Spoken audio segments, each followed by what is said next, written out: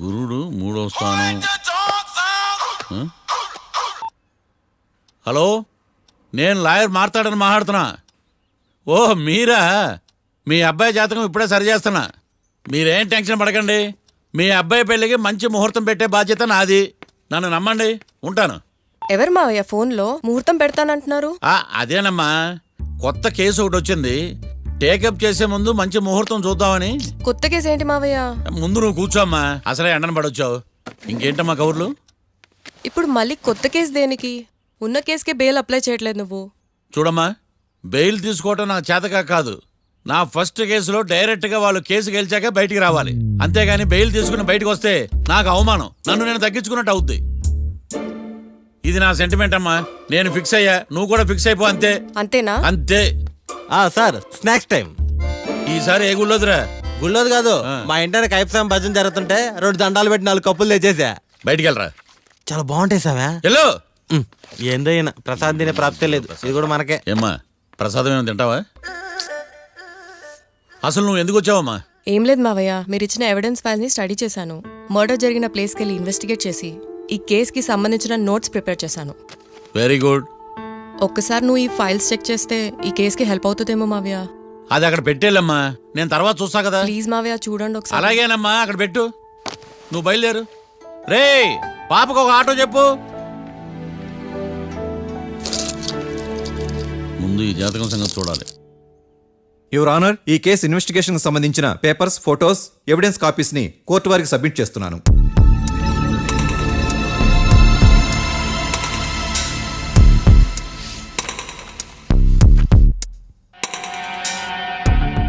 Your honour, ఈ ఇద్దరు ముద్దాయిలు కాట్రాజ్ సింగ్ హత్య చేసి పారిపోతుండగా 3 వ్యక్తులు చూశారు. ఆ 3 సాక్షుల్ని కోర్టులో ప్రవేశపెట్టవలసిందిగా మిమ్మల్ని కోరుకుంటున్నాను. Permission granted. భద్రం భద్రం భద్రం. మీ పేరు? భద్రం సార్. మీరు ఏం చేస్తుంటారు? నేను రైల్వే గార్డెన్ సార్. ఆ రోజు ఏం జరిగిందో కోర్టు వారికి చెప్పండి. ఆ రోజు డ్యూటీ పూర్తి చేసుకుని ఇంటికి వెళ్ళేసరికి అర్ధరాత్రి అయింది. బాగా ఆకలేసింది. మా ఆవిడ నిద్ర లేపడం ఎందుకని నేనే టిఫిన్ చేసుకుంటున్నాను. కరెక్ట్ గా అదే టైంకి అదిగో వాళ్ళిద్దరున్నారే, వాళ్ళు దాబాలోకి వెళ్ళడం నేను చూశాను సార్. కొంచెం సేపు తర్వాత నేను టిఫిన్ తింటున్నప్పుడు నాకు తుపాకీ కాల్చిన శబ్దం వినిపించింది. ఏమైందని టెన్షన్తో బాల్కనీ దగ్గరికి వెళ్ళి చూసేసరికి వాళ్ళిద్దరూ హడావుడిగా కారులో పారిపోయారు సార్. కారు ఇదేనా? ఇక్కడ కారు లేదు సార్. ఓ, ఈ కారే సార్. ఆ ఇద్దరు ఈ కారులోనే పారిపోయారు sir. Okay, you can go. రెండో సాక్షిని కూడా ప్రవేశపెట్టవలసిందిగా కోర్టు వారిని కోరుకుంటున్నాను. సుమన్. నమస్తే సార్. నమస్తే సార్. నీ పేరు? సుమన్. డాబాలో వచ్చి జరిగే టైంకి నువ్వు ఎక్కడున్నావు? రోడ్డు కట్టు పక్క పని చేసుకుంటాను సార్. సడన్ గా డామ్ డామ్ అని తుపాకీతో కాల్చిన శబ్దం వినపడింది సార్. నేను కంగారు పడి డాబా వైపు చూసేసరికి ఆ 2 కుర్రాళ్ళు డాబాలోంచి పరిగెత్తుకుంటూ వచ్చి కారెక్కి పారిపోయారు సార్. నువ్వు చూసింది ఈ కారేనా? ఈ కారే సార్. సేమ్ జిరాక్స్ ఈ కారే sir. Okay, you can go. అమ్మా, ఆ రోజు డాబాలో హత్య చేసి పారిపోయిన వాళ్ళు ఈ కోర్టులో ఉన్నారా? ఉన్నారు. వాళ్ళని గుర్తుపడతారా? అదిగో వాళ్లే. యువర్ ఆనర్, ఈ 3 చెప్పిన సాక్ష్యాధారాల ప్రకారం వీళ్ళు నేరం చేశారని రుజువైంది. అత్యంత దారుణంగా ఓ వ్యక్తిని కాల్చి చంపినందుకు కళ్యాణ్ని, అతనికి సహకరించినందుకు రాకీని కఠినంగా శిక్షించవలసిందిగా కోర్టు వారిని కోరుకుంటున్నాను. That's all your honour. Mister defence lawyer, mister Marthandam,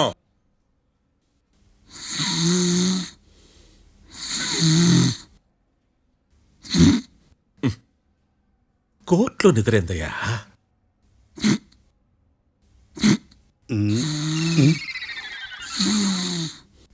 ఇతను లాయర్గా ఎందుకు పెట్టుకున్నారయ్యా? మార్తాండం గారు. మిస్టర్ మార్తాండం, చర్చి గారు వాదించమంటున్నారు. కేసు విచారించండి. సార్, ఆ ఏకాంతం చెప్పిందంతా సొల్లండి. వాడి మాటలు నమ్మకండి. That's all your honour. దీన్ని తీవ్రంగా ఖండిస్తున్నా యువర్ ఆనర్. ఇతను సొల్లు గిల్లు అని unparliamentary language వాడుతున్నాడు.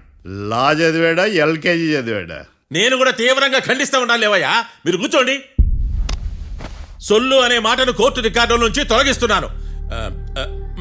Mister Marthandam. Yes sir.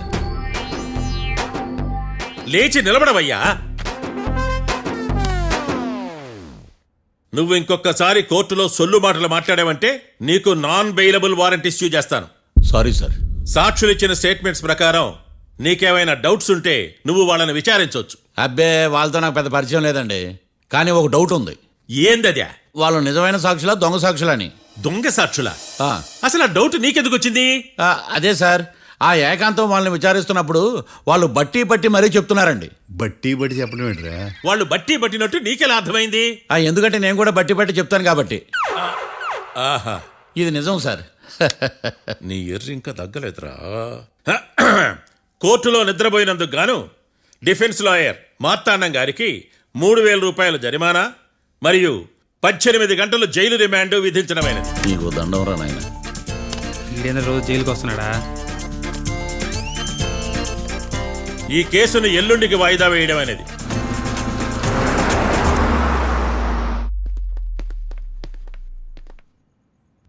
Hi. అర్థమైంది. రాత్రి జైల్లోనే మిమ్మల్ని ఇద్దరిని కలుద్దాం అనుకున్నానయ్యా. కేసు గురించి బాగా స్టడీ చేయటం వలన హాయిగా నిద్ర పట్టేసింది. అందుకే కలవలేకపోయాను. కలిసి ఉండాల్సింది. కస్తీరా కప్పెట్టేసేవాళ్ళం. ఈ కేసులో సాక్ష్యాలు చాలా బలంగా ఉన్నాయ్యా. అవతల ఏకాంతం గాడు వాడి తెలివితేటలతో సాక్షులందరినీ హిప్నటైజ్ చేశాడు. అందువల్ల అందరూ ఒకే పాట పాడుతున్నారు. నేను కూడా అతి తెలివితో ఆలోచించి ఒక నిర్ణయానికి వచ్చాను. మనం సాక్షులను మార్చేద్దాం. మార్చాల్సింది సాక్షుల్ని కాదు, లాయర్ని. What puppies you are talking? Sir మేము లాయర్ని మార్చాలనుకుంటున్నాం సార్. నువ్వు ఉండు. ఒరే, దొంగ నోట్లు మార్చినట్టు లాయర్లు మార్చడం ఏంట్రా? నో, ఈ మిషన్ ఇంపాసిబుల్ కి నేను ఒప్పుకోను. సార్ ఈ జనరేషన్ లో లాయర్స్ చాలా అప్డేటెడ్ గా ఉన్నారు. మీరుగా అవుట్డేటెడ్ గా లేరు. ఒరే, మీ జనరేషన్ లో రామాయణం అంటే కిడ్నాప్ కేసు అని, మహాభారతం అంటే ప్రాపర్టీ కేసు అని భ్రమలో ఉన్నారు. కాస్త ఓపిక ఉండాలరా దేనికైనా. అయినా నేను శంకుస్థాపన చేసిన కేసులో వేరే ఎవడో గృహప్రవేశం చేయడం ఏంటి? ఇది చీటింగ్. ఇది నువ్వు పెట్టే టార్చర్ చీటింగ్ కాక నీకు దండే దండమేడమంటా? ఒరే, నా మాట వినండిరా. ఆ సాక్షులు నేను విచారిస్తాను. నాకు ఒక అవకాశం ఇవ్వండి. జైల్లో ఏం చేస్తున్నారా ఇంత ముందుగా ఉన్నారు? ఒరే, నాకు ఒక అవకాశం ఇవ్వండి. మీ తరపు నేను వాదిస్తాను. డోడ్ పోయేదే ఉంది, మహా అంటే ఇంకో వాయిదా. నువ్వు రేయ్, ఏందే ఈ కేసులోంచి నువ్వు బయటపడ్డా వేరే చీటింగ్ కేసులో నేను లోపల దోస్తా. ఎప్పుడు అలా చెప్పు, ఇద్దరం కలిసి వెళ్దాం. మావయ్య నువ్వు ఉండమ్మా. అన్ప్రొఫెషనల్ ఖైదీస్ అని వీళ్ళంతా చూస్తా. నువ్వురా. మావయ్య, కళ్యాణ్ ఆ డెసిషన్ తీసుకోవడంలో తప్పులేదురా.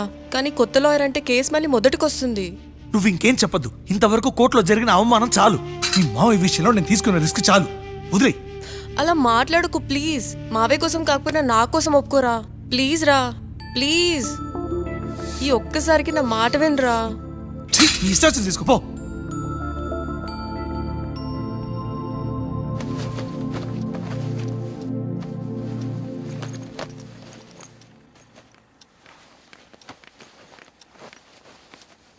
సారీ మావయ్య, వాళ్ళేదో టెన్షన్లో నీతో అలా మాట్లాడారు.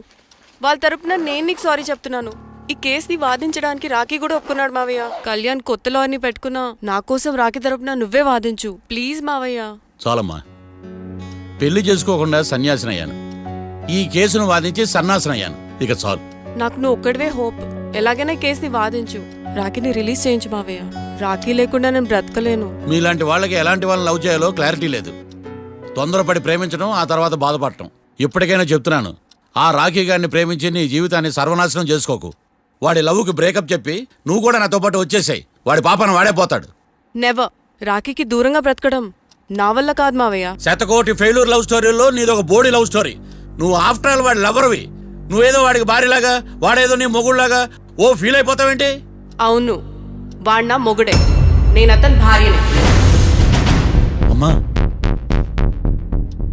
నువ్వు వాడి భార్యవా? ప్రేమిస్తే ప్రాబ్లమ్స్ రావడం కన్ఫర్మా? మనం ఎప్పటికీ విడిపోం. మనం ఎప్పుడు విడిపోకూడదంటే ఏం చేయాలి? దానికి ఒక్కటే మార్గం ఉంది. మనిద్దరం ఒక్కటవడం.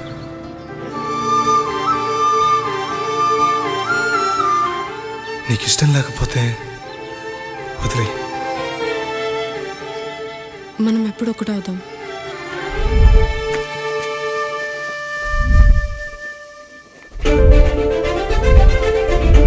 పెళ్ళి అయిపోయిందిగా, ఇంకా మనల్ని ఎవరూ విడదలేరు. నిజంగా ఇక్కడ జరిగిందంతా నాకు కలలా ఉంది. పోనీ రెండోసారి పెళ్లి చేసుకుందామా?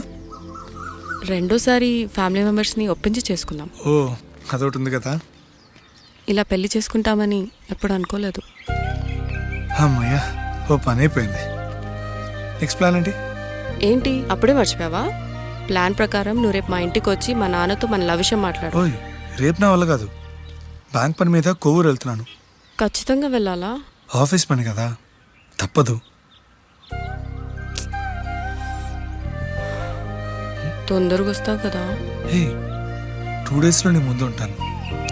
I promise. Chill, okay? I'll be back. Till then keep missing me. I love you. పద.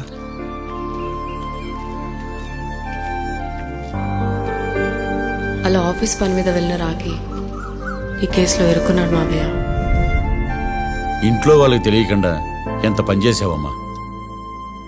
సారీ మావయ్య, ఏం జరిగినా మేము విడిపోకూడదని అప్పుడు ఆ నిర్ణయం తీసుకున్నాం. కానీ పరిస్థితులు నిజంగా మమ్మల్ని దూరం చేశాయి. ఇంట్లో వాళ్ళకి చెప్పకుండా పెళ్లి చేసుకున్నందుకు నన్ను క్షమించు మావయ్య. నాన్నకు మా పెళ్లి విషయం చెప్పొద్దు మావయ్య, ప్లీజ్.